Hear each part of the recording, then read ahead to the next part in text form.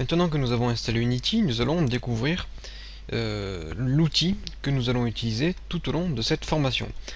Donc j'ai ouvert le logiciel et si vous n'avez pas ouvert le projet par défaut qui est le jeu Angry Bot de Unity, eh bien vous pouvez aller chercher ce jeu en cliquant sur File, Open Project, qui veut dire donc ouvrir un projet, et là vous pouvez avoir la liste de vos projets, ou vous pouvez partir rechercher un projet.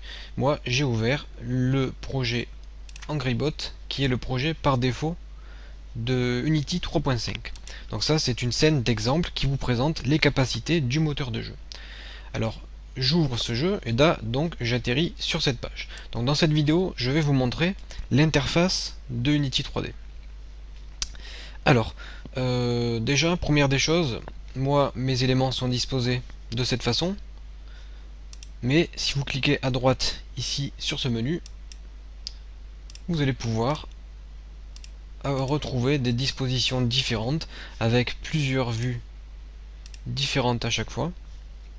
Chaque vue peut permettre de travailler un élément particulier de notre projet.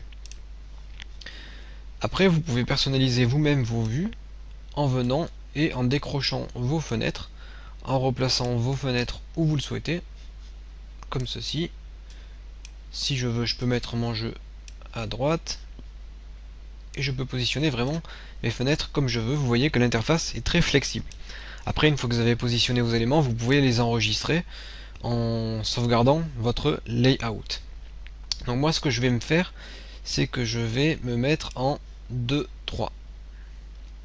Du coup, j'ai ma scène en dessus, mon jeu en dessous, les objets de mon projet, la hiérarchie et l'inspecteur. Donc je vais tout vous expliquer.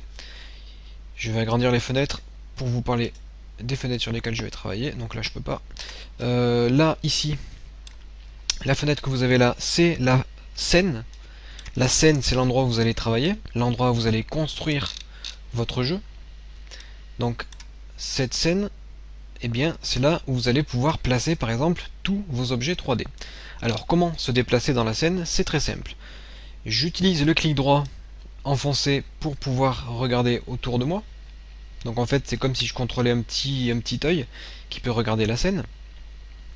Si je veux m'approcher d'un élément particulier, par exemple ici, eh bien je me place en face de cet élément et je zoome avec la molette. Avec la molette, je peux m'approcher ou reculer de ma scène.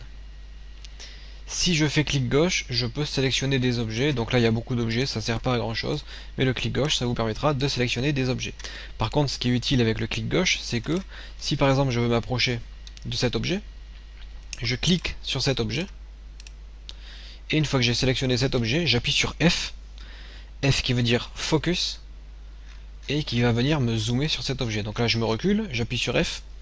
Et ça me zoome sur l'objet que j'ai sélectionné. Ensuite, très important, tous les raccourcis clavier que je vais vous donner, il va falloir savoir comment les utiliser. Là je suis près de mon objet et j'appuie sur Alt. Donc là je reste appuyé sur Alt et comme vous pouvez le voir en haut ici j'ai 4 boutons et dès que j'appuie sur Alt on voit que l'œil se sélectionne tout seul. Vous voyez, j'appuie, je relâche, j'appuie, je relâche, donc vous voyez que l'œil apparaît et cet œil m'indique que je peux examiner mon objet. Donc là j'ai Alt enfoncé, si j'appuie sur clic gauche, je vais pouvoir tourner tout autour de cet objet. Bien sûr je relâche pas Alt. Donc là on voit le dessous de la scène, normalement on ne doit pas la voir, mais Alt vous permet de pivoter tout autour d'un objet 3D sélectionné sur votre scène. Si je clique sur un autre objet, eh bien je vais pouvoir aller explorer cet objet. Donc si j'appuie sur la molette, je roule pas mais j'appuie, et bien je peux me déplacer comme ceci sur ma scène. Après, j'ai aussi les flèches du clavier qui me permettent de survoler ma scène comme ceci. Là je clique sur un objet, j'appuie sur F, je peux zoomer, je peux tourner autour avec Alt. Donc c'est très important d'être à l'aise avec tous ces raccourcis, puisqu'on aura besoin d'explorer notre scène. Donc si j'appuie sur Alt et que j'appuie sur le bouton droit, eh bien ça zoome ou ça dézoome lorsque je déplace ma souris de gauche à droite. Donc c'est un peu plus rapide que la molette. Donc entraînez-vous à bien explorer votre scène, puisque vous allez voir que l'on va pouvoir se déplacer plus facilement avec tous ces raccourcis clavier. J'en profite aussi juste pour vous faire la remarque que maintenant nous avons des choses vraiment pas mal au niveau des textures du sol. Et là on voit qu'il y a des reflets de la lumière sur le sol qui sont vraiment bien réalisés. De toute façon je vais vous montrer ce jeu dans pas très longtemps. Je vais vous montrer qu'est-ce que l'on va pouvoir faire avec Unity. Donc vous avez aussi vos boutons ici. Je vais vous montrer ça à côté. Donc là ne vous occupez pas de ce que je fais, c'est juste pour vous montrer quelque chose. Donc j'ai créé un petit cube. Et ici à gauche j'ai des boutons. Donc j'ai le premier bouton qui est le bouton de déplacement. On voit que lorsque je clique sur le cube, eh bien il y a des flèches autour de mon cube. Je peux déplacer mon cube sur l'axe des abscisses, des ordonnées, dans la hauteur. Si je clique sur la main, je peux le déplacer un peu comme je veux, mais là c'est pas précis. Donc on va préférentiellement utiliser ces flèches. Si j'appuie sur CTRL au moment où je déplace mon cube, vous voyez que mon cube fait des sauts réguliers. Je déplace mon cube d'une unité à chaque fois. Par exemple, si je duplique mon cube, vous allez voir comment on fait plus tard, eh bien je peux déplacer mon cube d'une unité. Si je n'utilise pas CTRL, eh bien je ne vais pas pouvoir coller mon cube précisément à mon autre cube.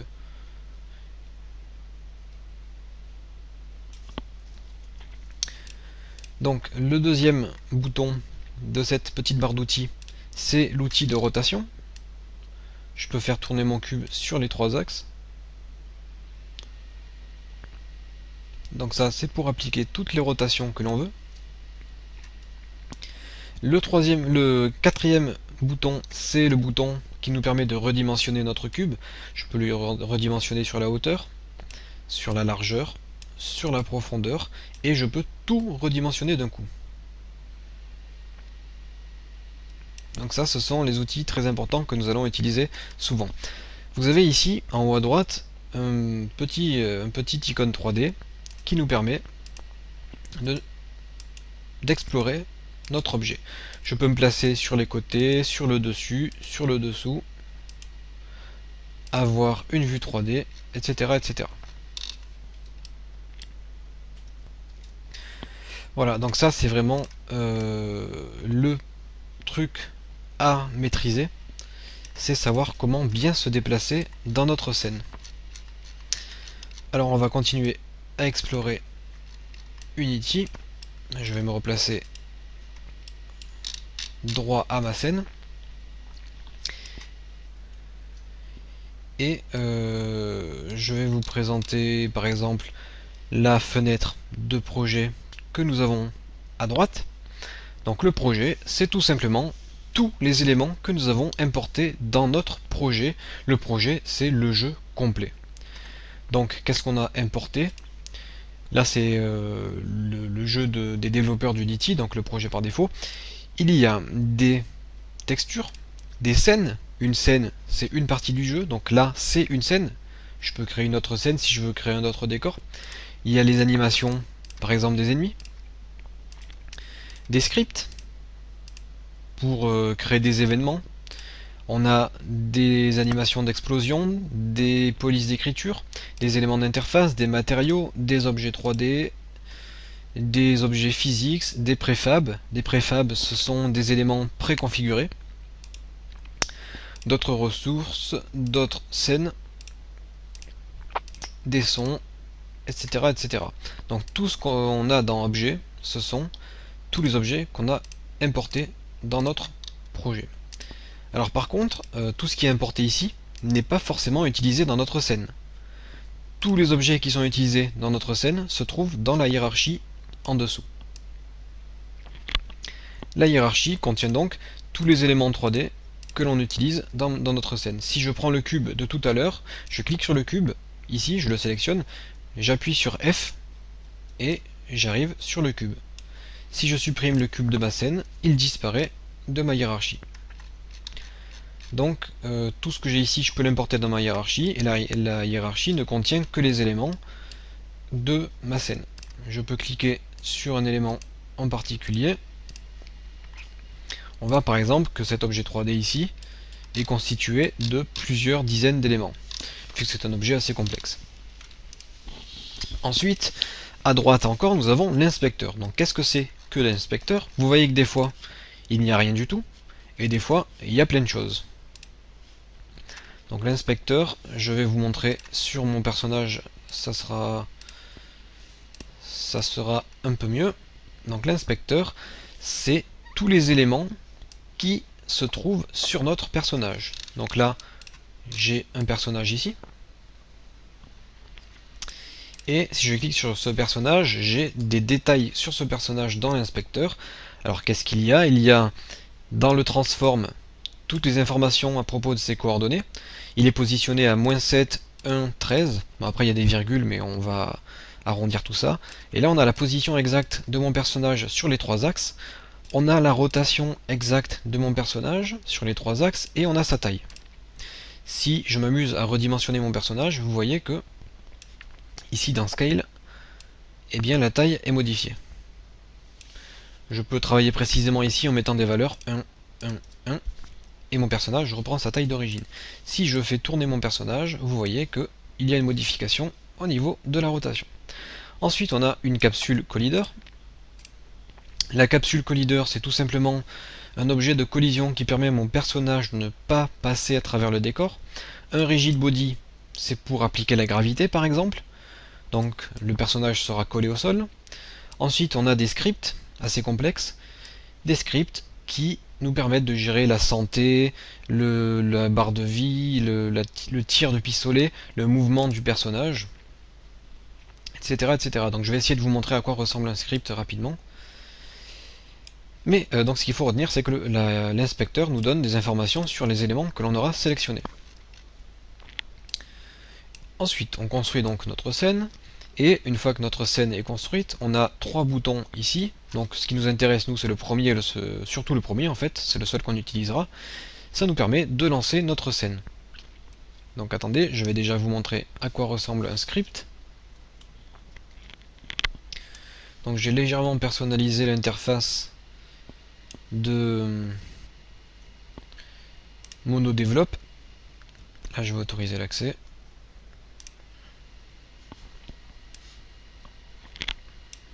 Donc MonoDevelop, c'est l'éditeur de code par défaut de Unity. Donc pour des soucis de simplicité, j'utiliserai celui-là, mais il en existe d'autres, comme je vous l'ai déjà dit. Donc nous, ce qui nous intéresse, c'est juste ça. C'est là où nous allons écrire tous les codes de nos jeux. Donc là, par exemple, c'est le code qui permet de faire en sorte que le personnage puisse se déplacer. Ensuite, une fois qu'on a fini de programmer ça, eh bien notre code apparaît ici, on peut le prendre et le faire glisser-déposer sur notre personnage.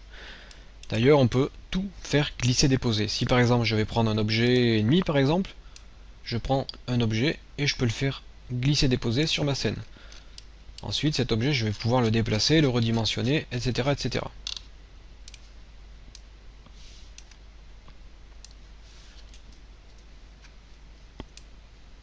Donc là, j'ai importé un robot dans ma scène.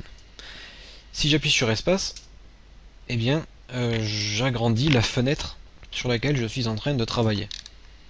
Donc ça, c'est encore un raccourci très important.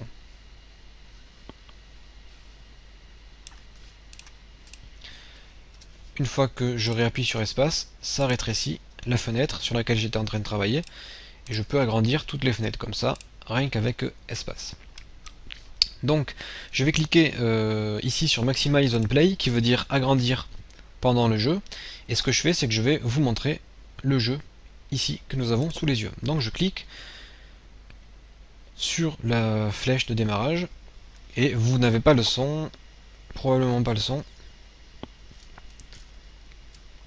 Donc moi j'ai un casque en fait, j'ai le son dans le casque, et j'ai le jeu ici. Donc par contre je vais essayer de vous donner le son. Voilà, donc j'ai activé le son du système pour que vous puissiez entendre donc les bruitages de Angry Bots, et nous allons faire ensemble une partie de ce jeu afin que vous puissiez voir ce que l'on peut faire avec Unity. C'est parti.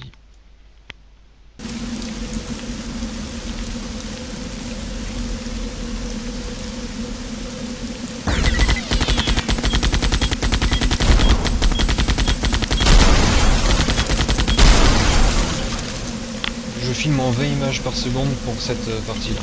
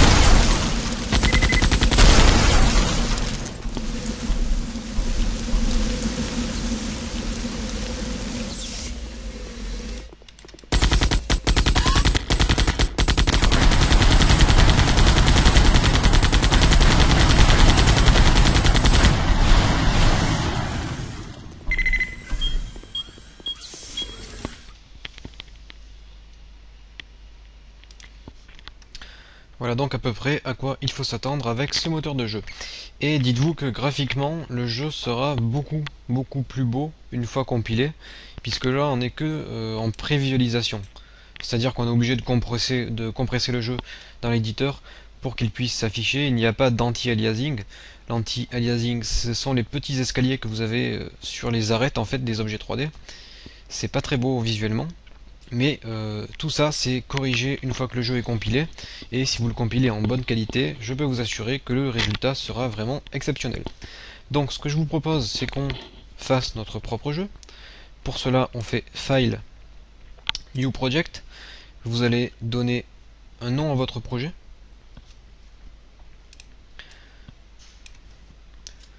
Je vais l'appeler Unity 3.5-tuto. Et nous allons importer des packages. Alors, qu'est-ce que c'est les packages? Les packages, ce sont tous les outils, tous les objets, tous les scripts, tout ce que vous pouvez imaginer,